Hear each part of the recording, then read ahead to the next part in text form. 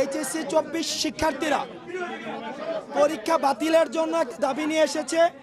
এখন আমরা যখন দেখেছি যে শিক্ষার্থীদের মধ্যে বিশৃঙ্খলা তৈরি হয়েছে, তখন আমাদের মধ্য থেকে স্যারদের সাথে কথা বলার জন্য আমরা এসেছি। স্যাররা আলোচনা সাপেক্ষে এইচএসসি শিক্ষার্থীদের যে বর্তমান অবস্থা সেটি পর্যালোচনাপূর্বক একটি সিদ্ধান্ত নিয়েছেন। এই সিদ্ধান্তটি জানাবেন আমাদের আন্তঃবোর্ড সমন্বয়ক, আমাদের শ্রদ্ধেয় তপন কুমার সরকার স্যার।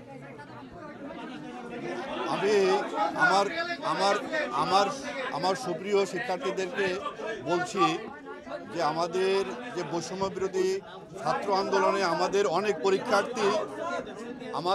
পরীক্ষার্থী আহত হয়েছেন, কিছু পরীক্ষার্থী আমাদের শহীদ হয়েছেন। আমাদের পরীক্ষার্থীরা একটা ট্রমার মধ্যে দিয়ে যাচ্ছে।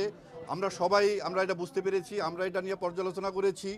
আমরা পর্যালোচনা করে আমাদের মাননীয় শিক্ষা উপদেষ্টা, আমাদের মাননীয় শিক্ষা সচিব সহ আমরা সবাই পর্যালোচনা করে আমরা দেখেছি যে আমরা যে রুটিন ঘোষণা করেছিলাম অবশিষ্ট পরীক্ষার জন্য, সেই পরীক্ষাগুলো আমরা বাতিল করছি।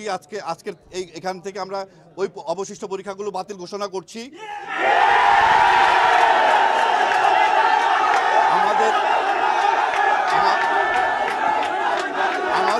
আমাদের পরীক্ষার্থীদের আর কোনো পরীক্ষা দিতে হবে না।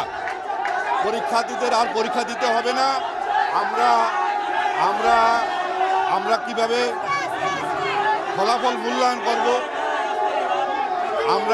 আমরা ফলাফল মূল্যায়নের বিষয়ে অচিরেই আমরা একটা পর্যালোচনা করে সিদ্ধান্ত জানাবো।